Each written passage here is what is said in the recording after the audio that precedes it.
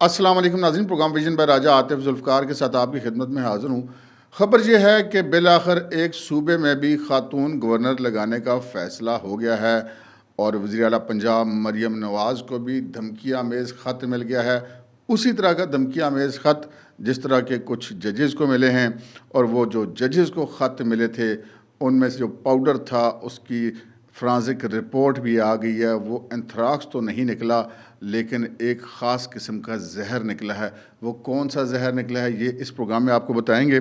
और फिर बुशरा बीबी की रिपोर्ट भी आ गई है, और उन्होंने जो ज़हर ज़ूर का और सारा शोर मचाया था उसमें से कोई ज़हर नहीं निकला। इसके अलावा भी कुछ अहम और दिलचस्प ख़बरें आपके लिए वो आज के प्रोग्राम में आपके साथ शेयर करेंगे। सबसे पहले हम बात कर लेते हैं जनाब क्रिकेट के स्टार शाहिद खान अफरीदी की। शाहिद अफरीदी एक ऐसे पाकिस्तान के क्रिकेट स्टार हैं कि अगर ये कहें कि जितनी मकबूलियत उनके हिस्से में आई शायद ही किसी के हिस्से में आई हो। और इसमें कुछ शक की बात नहीं है कि वो एक ऐसी शख्सियत हैं जो जिन्हें पाकिस्तान के लोगों का बतौर क्रिकेटर बहुत ज़्यादा प्यार मिला। और आज का दौर और मीडिया का दौर है, और उस दौर के अंदर जितना उन्होंने महसूस किया अपने यादगार छक्कों से शायद ही किसी और क्रिकेटर ने किया हो। और शाहिद अफरीदी के हवाले से एक चीज़ बड़ी देखने में आती है अमूमन कि वो बतौर इंसान भी एक अच्छे आदमी हैं, और उनकी जो फैमिली की पिक्चर्स वगैरह भी आती रहती हैं। लेकिन उन्होंने इन्हीं दिनों में एक ऐसा काम किया जो एक समझता हूँ कि काबिल तकलीद मिसाल कायम की उन्होंने दूसरों के लिए। हुआ ये है कि ये इस वक्त आप एक वीडियो मेरे साथ चलती हुई देख रहे होंगे कि ये ग़ालिबन PSL का कोई मैच है, और इस मैच के दौरान एक शख्स जिसका ताल्लुक जैकबाबाद से था, उसने एक प्ले कार्ड उठाया था जिस पर उसने लिखा था कि जी शाहिद अफरीदी मेरे बेटे का ऑपरेशन करवा दें, और नीचे उसने अपना एड्रेस और फ़ोन नंबर ऊपर लिखा हुआ था उसके। अच्छा, जब शाहिद अफरीदी को इस चीज़ का पता चला तो वो बाकायदा जो ग्राउंड का सिक्योरिटी स्टाफ है उसके हमरा उस जो जिस जगह पे वो शख्स बैठा हुआ था स्टेडियम के जिस हिस्से में, वहाँ पर गए और पब्लिक के बीच में से उस शख्स को इशारा किया कि नीचे आओ। और वो नीचे आया और उससे उन्होंने वो लिया जो प्ले कार्ड लिया, और उसके ऊपर जो उस बंदे का टेलीफोन नंबर बड़ा बड़ा सा लिखा था वो उन्होंने फाड़ के अपने पास रख लिया। लेकिन सिर्फ इतना ही नहीं हुआ। जनाब गुज़श्ता रोज़ रात को ख़बर ये आई कि वो जिस बच्चे का ज़िक्र किया था उसके वालिद ने, मजबूर वालिद था बेचारा, गरीब आदमी था, नहीं अफोर्ड कर सकता था बेटे का ऑपरेशन, तो उसने एक क्रिकेट स्टार से रिक्वेस्ट कर दी। तो गुज़श्ता रात ये ख़बर आई कि उस बच्चे का ऑपरेशन हो गया है और शाहिद अफरीदी ने वो करवा दिया है। ये एक बड़ी अच्छी मिसाल है, और ऐसी मिसालें कायम होते रहना चाहिए। ये एक मुल्क हम सब का मुल्क है। शाहिद अफरीदी ने यकीनन इस बात का एक कर्ज़ उतारा कि जो इस मुल्क ने उनको मोहब्बत दी, प्यार दिया, उनको इज़्ज़त दी, उनको शोहरत दी, तो शाहिद अफरीदी ने उसका एक बहुत पॉजिटिव तरीके से वो कर्ज़ उतारने की कोशिश की, बल्कि कामयाबी से उतारा, हम तो यही कहेंगे। इससे 3-4 रोज़ कबल एक और भी ख़बर आई थी जिसमें नवाज़ शरीफ साहब ने एक हॉस्पिटल का दौरा किया था, और एक ग़ालिबन 3 साल की बच्ची थी, उससे वो मिले थे, और पता ये चला था कि उस बच्ची के वालिदैन गरीब थे, उस बच्ची के दिल में सुराख था और वो ऑपरेशन नहीं करवा सकती थी। तो मियाँ नवाज़ शरीफ साहब ने उस बच्ची का ऑपरेशन जो है वो अपनी ज़ाती जेब से करवाया, और उसके बाद उससे मिलने के लिए भी गए। तो ये जो काम है ये इस हमारे इंतहाई जो पोलराइज्ड हो चुका है माशरा, उसके अंदर इस तरह की चीज़ें जो हैं वो बड़ी अच्छी मिसाल हैं। इस खबर से आगे बढ़ते हैं जनाब, दूसरी खबर पे आते हैं। जहाँ एक तरफ हमारे पास इस तरह की मिसालें हैं, वहाँ पर हमारे पास कुछ और तरह की भी मिसालें हैं कि जैसे पाकिस्तान तहरीक इंसाफ के अंदर जिस शख्स ने मेरे ख़्याल में इमरान खान के बाद सबसे ज़्यादा शोहरत हासिल की वो शेर अफ़ज़ल मरवत था। और शेर अफ़ज़ल मरवत को ये शोहरत क्यों मिली कि उसने 2 काम किए। एक तो उसने चपेड़ मार दी एक सेनेटर को टीवी प्रोग्राम में, लेकिन उससे भी ज़्यादा वो उनको शोहरत मिली वो एक लफ्ज़ था वड़ गया कहने पे। और फिर वो पाकिस्तान तहरीक इंसाफ ही कोई एज़ाज़ हासिल है कि इस तरह की हरकतें करने वाले बंदा जो नहीं उनकी पार्टी में बड़ा मकबूल हो जाता है। अच्छा, शेर अफ़ज़ल मरवत पार्टी में मकबूल तो हो गए, लेकिन अब मामला ये था कि जो पार्टी के दीगर लीडर्स थे वो उनको बर्दाश्त नहीं कर सके थे, तो कंटिन्यूसली शिकायतें लग रही थी उनकी कि जनाब शेर अफ़ज़ल मरवत ये कर गया, शेर अफ़ज़ल मरवत वो कर गया, और बहुत सारी चीज़ें उनके ऊपर उन्होंने एतराज़ात भी उठाए पार्टी के अंदर भी। अभी शेर अफ़ज़ल मरवत ने अपनी एक अलग सोशल मीडिया टीम तश्कील दे दी। अब जनाब ये तो एक नाकाबिले माफ़ी जुर्म था। नाकाबिले माफ़ी जुर्म कैसे? वो ऐसे है कि बाकी जो पार्टी के लोग उनसे एक हम ये से कह सकते हैं कि रकाबत महसूस करते थे, यार ये कल आया बस एक फ़िक्रा क्या कि मशहूर हो गया तो अभी हमारी पार्टी के ऊपर सवार हो गया। लेकिन इसमें भी कोई शक की बात नहीं है कि इलेक्शन से पहले भी और इलेक्शन के बाद भी जो पाकिस्तान तहरीक-ए-इंसाफ के अगर कोई चंद हज़ार के लोगों पर मुश्तमिल कोई बंदा जलसा या रैली करने में कामयाब हुआ, वो शेर अफजल मरवत ही था। लेकिन इमरान खान का मसला कुछ और है भाई। बाकी पार्टी जो है ना वो अपनी जगह पे सोची है। इमरान खान का प्रॉब्लम यह है कि इमरान खान अपनी पार्टी के अंदर कोई मकबूल आदमी बर्दाश्त नहीं कर सकता। आप देख लीजिए, पूरा उनका रिकॉर्ड उठा के देख लीजिए। जब से जो उनकी ज़ाती एक चीज़ है कि उनके एक ज़ाती मिजाज कैसा, वो तो है ही है। उनका पिछला पूरा रिकॉर्ड सियासत से पहले का भी भरा हुआ है। लेकिन हम सियासत के बाद की बात कर लेते हैं कि जो उन्होंने अपनी पार्टी के लीडरों के साथ किया, अगर उन्होंने जहांगीर तरीन ने उनके खर्चे उठाए, उनको सपोर्ट किया, उन्होंने उसको अंदर करवा दिया। उन्होंने अगर अलीम खान ने खर्चे उठाए, सपोर्ट किया, उसको अंदर करवा दिया और फौजिया कसूरी को निकाला। यानी कि जिस जिस बंदे ने इमरान खान के साथ कोई पार्टी के अंदर कोई नेकी की, को खर्चा किया, खान साहब ने उन्होंने टीका ज़रूर लाया। यानी कि खान साहब ने उसे टीका ज़रूर लगाया। मैं वैसे कभी कभी पंजाबी बोलता हूँ तो बाज़ कोई दोस्त ऐसे भी होते हैं जो नहीं भी समझते। तो खैर, शेर अफजल मरवत अब पॉपुलर था। अब इमरान खान जेल में बैठा हो और शेर अफजल मरवत वहाँ पे जाके मिले इमरान खान से बाहर निकल के मीडिया से बात करे और उसके बाद रैलियाँ निकालता फिरे। अब ये खान साहब तो बर्दाश्त नहीं ना कर सकते। मतलब ये कैसे हो सकता है कि खान साहब तो जेल में पड़े रहें, शेर अफजल मरवत जो है वो मशहूर होता रहे। तो फिर बिलाखिर शेर अफजल मरवत को खुद लैन लगा दिया गया। और ख़ुद शेर अफजल मरवत की ज़बान में हम क्या कहें कि बस उनके लिए ये लफ्ज़ सब फिट हो गया कि शेर अफजल मरवत भी बढ़ गया। वो ऐसे जनाब के गुज़श्ता रोज़ एक हुक्मनामा आया पार्टी के अंदर और उस हुक्मनामे के बाद उनके जो 3 चीज़ें थी वो उनसे छीन ली गई। एक तो जी वो फोकल पर्सन थे, वो उनको हटा दिया गया। दूसरा, उनको पार्टी के तर्जुमानी का जो ओहदा सौंपा गया था उससे हटा दिया गया। सीधे नायब सदर से वो पहले ही फ़ारिग कर दिए गए थे। इवन जो आखिरी कदम हुआ वो क्या था कि वो पहले तो उस कमेटी में शामिल थे जो ये फैसला करती थी कि किसने इमरान खान से जेल में मिलना और किसने नहीं। लेकिन अब क्या हुआ कि ना सिर्फ उस कमेटी से निकले, बल्कि जो इमरान खान से मुलाकात करने जाते हैं उन मुलाकातियों की फहरिस्त में भी आइंदा शेर अफजल मरवत का नाम नहीं होगा। तो शेर अफजल मरवत साहब, हम आपसे इज़हार हमदर्दी कर सकते हैं।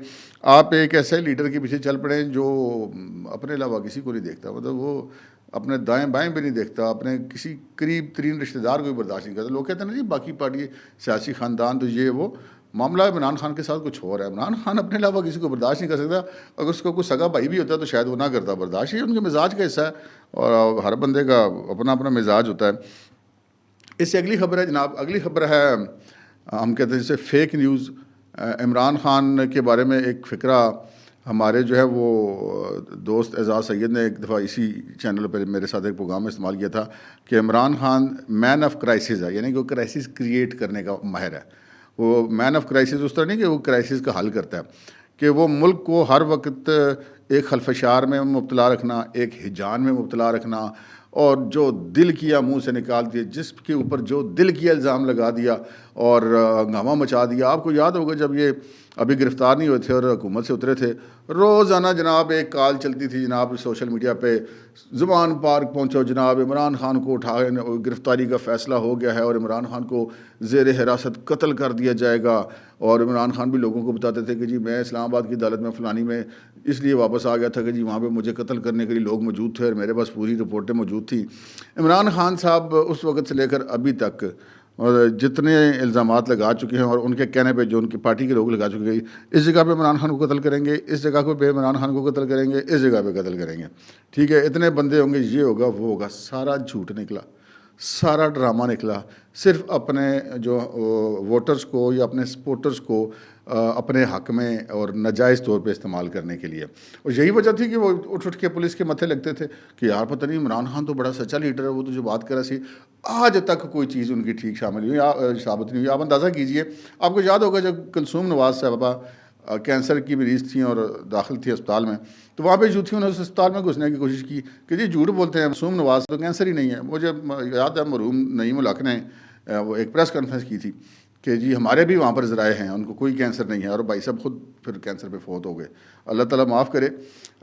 इस तरह की बातें की गई। अच्छा, फिर जब नवाज शरीफ साहब पाकिस्तान आ रहे थे, उस वक्त जब वो 2018 में गिरफ़्तारी देने के लिए आते हैं मरियम के साथ, तो उस वक्त बड़े एक साजिशी थ्योरीज इन्होंने बनाई कि जनाब ये अब वो रास्ते में पहुँचेंगे तो पीछे वो पहले फ़ौत हो चुकी है, जिसको वो कह रहे थे कि कैंसर ही नहीं है, उसके बारे में ये फिर नई थ्योरी है कि जी वो फोत हो चुकी हैं, लेकिन बता नहीं रहे कि ये रास्ते में जब आएंगे तो फिर दुबई शुबई से ये वापस हो जाएंगे और कहेंगे कि जी वो अचानक फोत हो गई तो जाना पड़ गया। वो भी थ्योरी गलत साबित होगी। वो भाई साहब आ गए, कोई रास्ते में फोत होने की गाल नहीं आई। वो आए, नवाज शरीफ ने और उनकी बेटी ने गिरफ्तारी दी और जेल चले गए। उसके बाद काफ़ी वक्त के बाद मासूम नवाज जो हैं वो उनका इंतकाल हुआ, और इंतकाल से पहले नवाज शरीफ साहब जेल में मिन्नतें करते रहे कि जी मेरी अगर बीवी से बात हो जाए या मेरे बेटों से बात हो जाए, मैं उसकी तबीयत पूछ लूँ, वो मैं कोमा की हालत में उसको छोड़ के आया हूँ, लेकिन कोई नहीं। अच्छा, वो थ्योरीज भी। फिर इमरान खान की थ्योरीज, जनाब मुझे कत्ल कर दिया जाएगा, फायरिंग कर दी, सब झूठी साजिशी मफरूज़े निकले।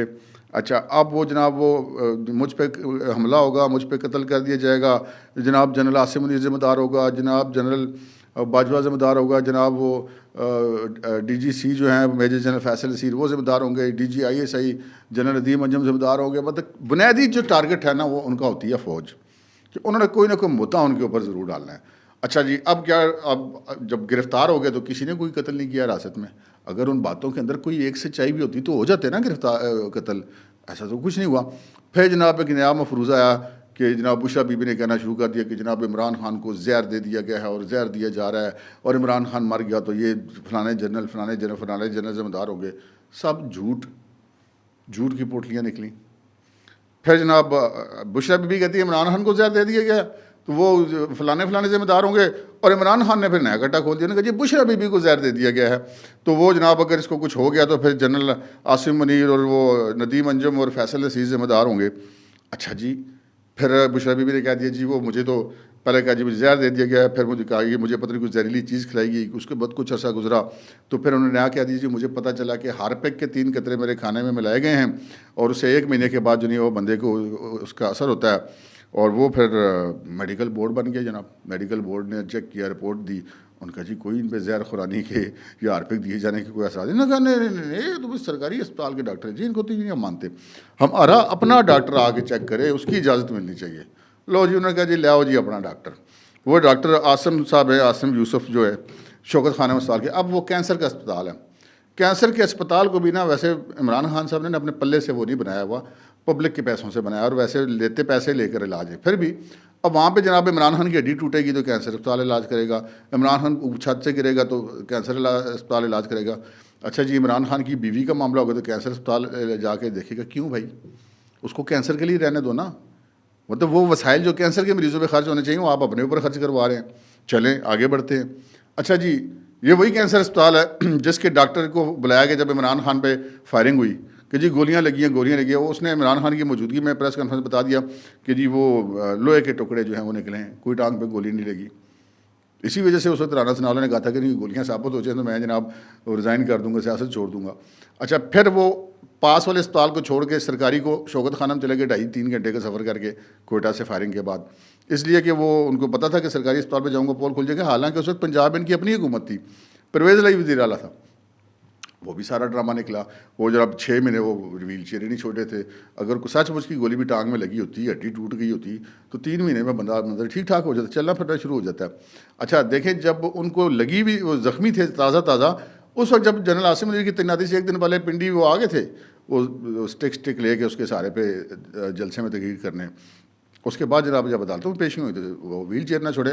वो तो अल्लाह भला करे, वो रेंजर्स के डॉक्टर बहुत अच्छे निकले जिन्होंने इमरान खान से जनाब वो रेंजर्स वालों ने उठाया जब पकड़ के उधर से, तो वो दौड़ लगवा दी उसकी, और आज तक मुड़ के उसने व्हील चेयर नहीं मांगी। और ये सब ड्रामेबाजी जो नहीं है अपने लोगों की हमदर्दियाँ समेटने की।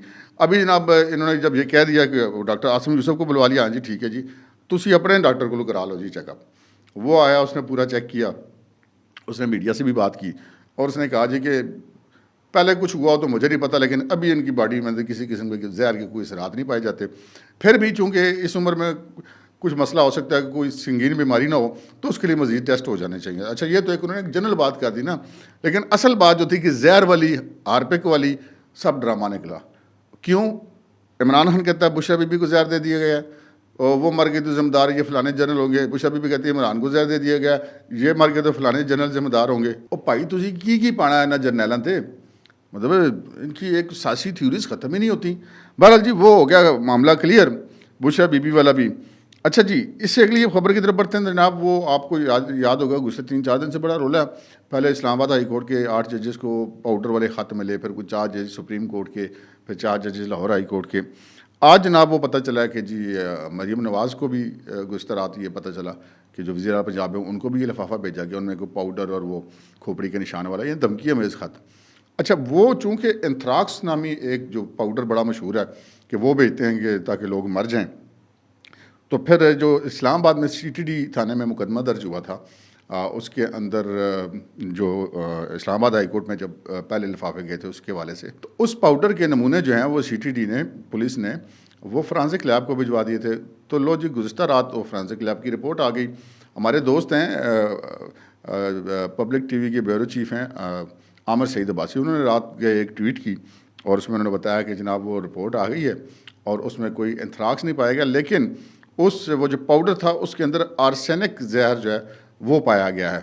अब आर्सेनिक जहर एक इंतहाई ख़तरनाक जहर है, उसके अगर ज़रात उसके अंदर पाए गए हैं तो यकीनन ये बहुत तशवीश की बात है। और ये आप ये देख रहे हैं, मरीम नवाज़ को जा रहा है, चीफ जस्टिस काजी फ़ाइज़ को जा रहा है, इस्लामाबाद हाई कोर्ट के 8 जजेस को जा रहा है, 4 जजेस लाहौर हाई कोर्ट को जा रहे हैं, पेशावर हाई कोर्ट पे किसी को नहीं भेजा गया। फिर जो अब तक की तफ्तीश हुई है इस हवाले से, उनके मुताबिक ये जिस डाक से भेजे गए हैं खतूत, ये डाक जो है वो पिंडी से भेजी गई है, यानी कि ये खतूत रावलपिंडी से पोस्ट किए गए हैं। अब जिन जिन शख्सियात को ये भेजा गया वो सारी की सारी आम शख्सियात हैं। फिर जो उनमें से पाउडर का निकलना वो टेस्ट कराया जाना, एंथ्राक्स ना निकलना, लेकिन आर्सेनिक ज़ैद के असरात उसमें से निकलने या उसके ज़रात उसमें से निकलने, और ये अब एक इंतहाई तशवीशनाक सूरत हाल है। अब तफ्तीश तलब मामला है और लगी हुई हमारी एजेंसियाँ, जो तफ्तीशी एजेंसियाँ वो कर रही हैं काम, लेकिन बहरहाल ये मामला अब इस रिपोर्ट आने के बाद ज़्यादा संगीन हो गया है। अब इसको देखते हैं कि ये कब तक इस मामले को जो नहीं है वो हल किया जाता है। फिर आते हैं जनाब हम अपनी उस खबर की तरफ जो हमने आपसे शुरू में अर्ज़ की थी, जो पहली लाइन है हमारे थंबनेल की, कि जनाब खातून गवर्नर लगाने का फ़ैसला हो गया। मैंने तो आपसे कल परसों एक शेयर की थी ना कि वैसे एक फ़ेक न्यूज़ थी पंजाब के अंदर खातून गवर्नर लगाने की, जी हिना रबानी खैर को लगाया जा रहा है। तो मैंने आपसे ये अर्ज़ की थी कि जी वैसे अगर लग भी जाए तो उसमें हर्ज भी कोई नहीं है, वज़ीर आला भी खातून है, गवर्नर भी खातून है, तो वाह वाह रौनक रहेगी। लेकिन जनाब पाकिस्तान पीपल्स पार्टी ने पंजाब में तो उनको नहीं लगाना गवर्नर, और पंजाब में तो अभी तक यही पता चला कि कमर ज़मान कार है, सब ही फाइनल हैं। लेकिन जनाब जो इस वो ये जो तकसीम हुई थी इक़्तिदार की नून लीग में और पीपल्स पार्टी में, उसके तहत सूबा खैबर पख्तूनख्वा का गवर्नर भी पीपल्स पार्टी ने लगाना है। तो जनाब अब ये पता चला है हमें बहुत मुस्तनद राय से कि जनाब पाकिस्तान पीपल्स पार्टी ने सूबा खैबर पख्तूनख्वा में ख़ातून गवर्नर को तैनात करवाने का फ़ैसला किया है, और वो ख़ातून गवर्नर होंगी जनाब आसमा अरबाब आलमगीर। आसमा अरबाब आलमगीर साहब और इनके शौहर जो है अरबाब आलमगीर, इनका बड़ा पुराना ताल्लुक़ है पीपल्स पार्टी में से के साथ, और सूबा खैबर पख्तूनख्वा के अंदर भी उनका एक अच्छा असर रसूख पाया जाता है, और सियासत के वाले से ये बड़े नाम हैं दोनों मियाँ बीवी। तो ये पता चला है कि जनाब आसमा अरबाब जहांगीर जो हैं, आसमा अरबाब आलमगीर साहबा, वो जनाब सूबा खैबर पख्तूनख्वा की खातून गवर्नर होंगी। चलें पंजाब में ना सही, खैबर पख्तूनख्वा में सही, पंजाब में वज़ीर आला खातून लगी, खैबर पख्तूनख्वा में गवर्नर खातून लग जाएगी, तो ये भी एक अच्छा सिग्नल है पाकिस्तान के जमहूरी सिस्टम के लिए। तो अभी प्रोग्राम ख़त्म करने से पहले जनाब आपको याद करवा दें कि एक सुप्रीम कोर्ट ने एक रिपोर्ट मंगवाई थी जो मिलिट्री कोर्ट्स के ट्रायल्स के वाले से थी, कि कौन से कितने मुलज़म ऐसे हैं जो फैसले वो कर चुके हैं, अभी अनाउंस नहीं किए। सुप्रीम कोर्ट का जब फाइनल डिसीजन आएगा उसके बाद वो शायद कर सकेंगे। तो सुप्रीम कोर्ट ने ये इजाज़त दी थी कि मिलिट्री कोर्ट्स अगर कोई ऐसे कैदी हैं जिनकी सज़ा कम है और वो ईद से पहले रिहा हो सकते हैं, या जो बरी हुए हैं, तो उनकी हद तक वो फैसले सुना सकती है। तो जनाब ये किसी भी वक्त मिलिट्री कोर्ट्स के फैसले आने शुरू हो जाएंगे, और वो तकरीबन 20 अफराद जो हैं वो फिर शायद ईद अपने घर में कर सकेंगे। अब टाइम बहुत थोड़ा रह गया, मुमकिन है आज ये फैसले आने शुरू हो जाएं। अब तक के लिए इतना ही, इजाज़त दीजिए, अल्लाह हाफ़िज़।